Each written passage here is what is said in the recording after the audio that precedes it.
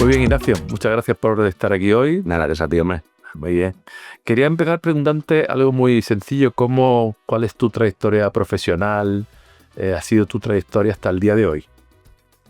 Pues mi trayectoria ha estado siempre vinculada al mundo de la energía. Yo tengo 50 años, o sea que tengo ya una edad joven, en fin, habría que hablar de eso.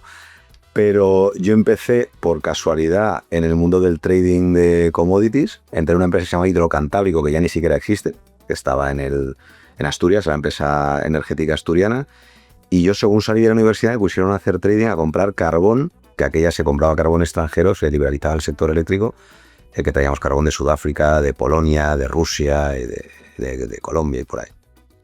Y luego, en el 99, que es cuando yo entro, se liberaliza el mercado eléctrico en toda Europa.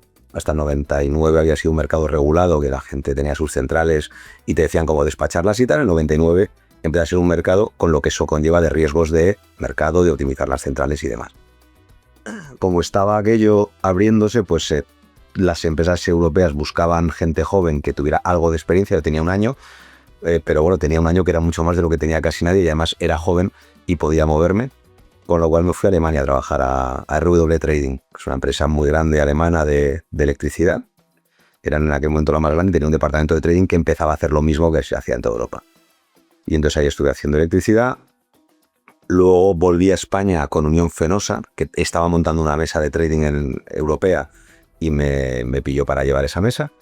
Y estuve ahí un montón de tiempo. Estuve 8 años haciendo eso.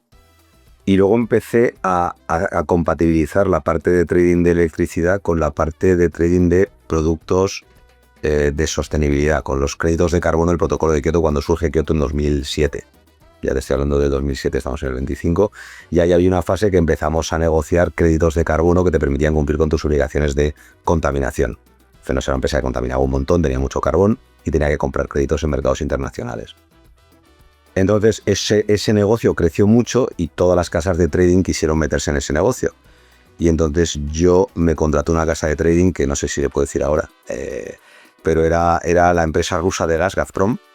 Tiene una filial de trading muy grande en Londres y entonces me llevaron para llevar la parte de CO2 y de créditos de carbono. Y ahí invertíamos en proyectos que reducían emisiones en todo el mundo, los traíamos a Europa y eso los vendíamos a empresas que necesitaban los créditos para cumplir con sus obligaciones. Y luego a través de ese mercado me empecé a meter en el mercado de gas, empecé a aprender temas de gas mayorista, ya que llevando en Gazprom la parte de GNL, de gas natural licuado, los barcos que se mueven por el mundo de gas. Eso lo estuve haciendo hasta el 2014 y ya con esa experiencia acumulada y además ya en 2014 fue la primera invasión de Crimea, la que no fue muy cruenta, pero hubo ahí un poco de ruido.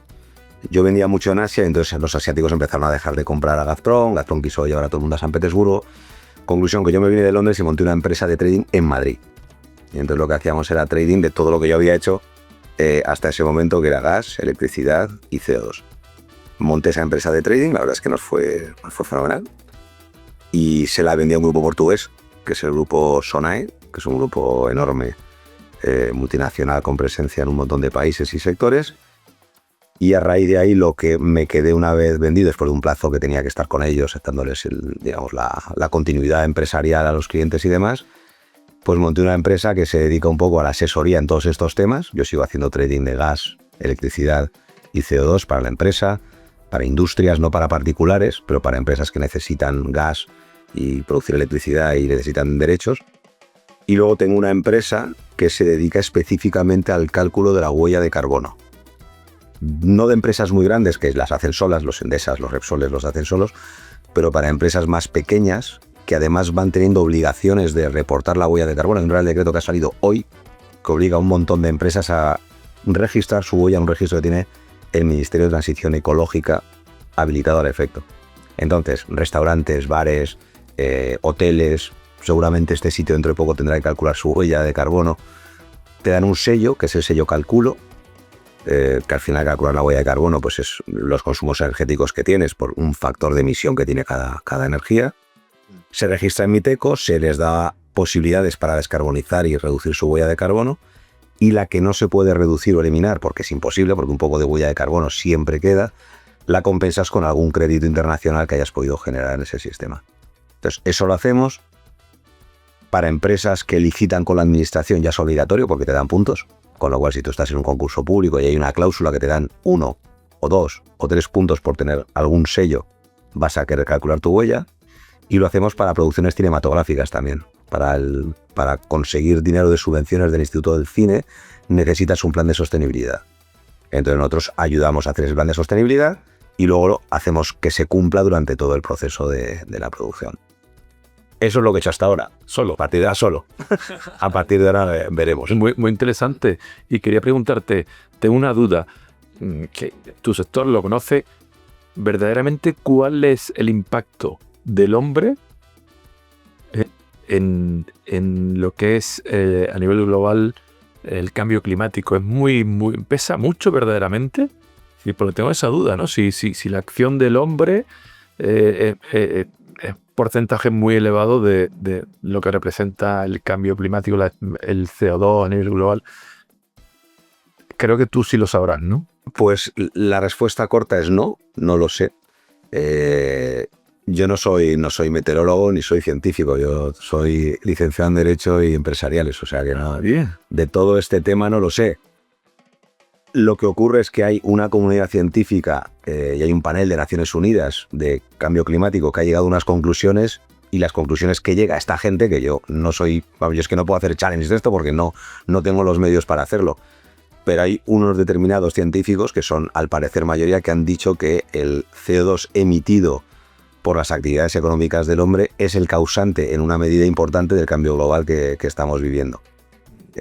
Y hay unos objetivos que empiezan el protocolo de Kioto, pero luego siguen con el Acuerdo de París, de limitar el calentamiento global a 1,5 grados respecto a los niveles preindustriales. Lo que dicen eso es, si se calienta más de 1,5 grados, la subida de los mares va a ser catastrófica, el derretirse de los polos, de los casquetes polares, va a causar más tornados, más eventos extremos del tiempo y demás, y por tanto hay que limitarlo. Esto es, digamos, la clave de bóveda de todo este sistema del CO2. Eso lo dice una comunidad y hay gobernantes que se los creen. Yo entro después. Yo entro cuando hay una vez se ha creído y se ha tomado esta decisión de reducir las emisiones que causan el calentamiento global, según la opinión de los científicos, cómo se llega a esa reducción de emisiones. Y el mercado global de CO2 que existía cuando yo empecé, yo creo que era bastante buena idea. Luego se ha desmontado en parte. Lo que decía es, oye, si hay que reducir emisiones, asumamos que es cierto que hay que reducir emisiones, vamos a canalizar el ahorro donde sea más barato reducir 1 tonelada de CO2. Por lo cual, tú no tienes por qué reducir emisiones en tu central. A lo mejor tú tienes otra central que está en Sevilla, que tiene una tecnología que es más sencillo reducir emisiones en tu central que en la mía, y a nivel global da igual donde lo reduzcamos. Entonces es mejor que yo canalice la inversión a tu central y obtenga créditos más baratos que si invierto en mi propia central. No sé si me explico. Sí, perfectamente. Y esa es la idea de todo de este mercado, porque luego llevado al extremo, al principio se permitía hacer inversiones en China o en países no OCDE en general, en Latinoamérica o en África, en tecnologías que se reducían muchísimas emisiones muy rápidamente, canalizabas toda la inversión ahí y podías utilizar esos créditos para cumplir tus objetivos medioambientales en Europa. Yo no sé si el hombre es el causante último o total del cambio global. Yo creo que sí, pero creo que sí por lo que leo y por lo que escucho y por lo que parece razonable. Pero no sabría estar en un debate científico defendiendo esa posición. No lo sabría hacer. Ignacio, ¿dónde ves buenas oportunidades de negocio en ese sector ahora mismo? ¿En qué países o en qué? ¿En gas, petróleo? ¿En qué exactamente? Pues mira, yo creo que los mercados maduros obviamente siempre hay oportunidades. El mercado del petróleo es un mercado enorme y por mucho que se quiera reducir la dependencia del petróleo, no te digo en España, pero en el mundo se consume un montón de petróleo y de carbón también. Se sigue consumiendo mucho carbón en Asia y en la India, fundamentalmente. Entonces ahí sigue habiendo negocios. Es verdad que hay monstruos auténticos y meterte en ese sector es un poco más complicado quizás. El sector eléctrico en España y en Europa yo creo que ofrece muchas oportunidades porque además estamos en un proceso de mucho cambio. Los mercados están cambiando con la penetración de toda la energía renovable que está construyendo en España. Fundamentalmente antes era eólica y ahora ha entrado muchísima fotovoltaica. Y eso lo que te causa es que hay mucho más, riesgo de no suministro que había antes. Antes el mercado se abastecía con nuclear, gas, carbón, todo funcionaba bien. A un día que no sopla el viento o que no hay mucha fotovoltaica, los precios se disparan. O todavía tenías la producción vendida y no tienes una nube que te tapa la placa fotovoltaica y tienes que recomprarte esa energía y el precio se dispara. Entonces, eso que te dice que los mecanismos de flexibilidad, las generaciones muy flexibles, son una oportunidad enorme. Estoy hablando de las baterías. Tú te coges una batería grande, la conectas en la red de transporte y en los periodos de precios bajos, que hay muchísima oferta, te estás comprando la electricidad y acumulándola, y en los precios en los que el mercado lo necesita, pues vendes tu electricidad y capturas el diferencial de precios entre... Entonces yo creo que el sector renovables sigue siendo un sector de inversión. El sector de fotovoltaica están haciendo muchísimos parques en España y en Europa. El sector de las baterías, creo que también es un mercado que está empezando a crecer de forma exponencial y va a ser fundamental en los siguientes. Al final son ventanas de oportunidad no demasiado grandes. Yo creo que en 5, 6, 7 años habrá tantas baterías que esas oportunidades de arbitraje pues serán cada vez menores, porque ya las habrá capturado el primero.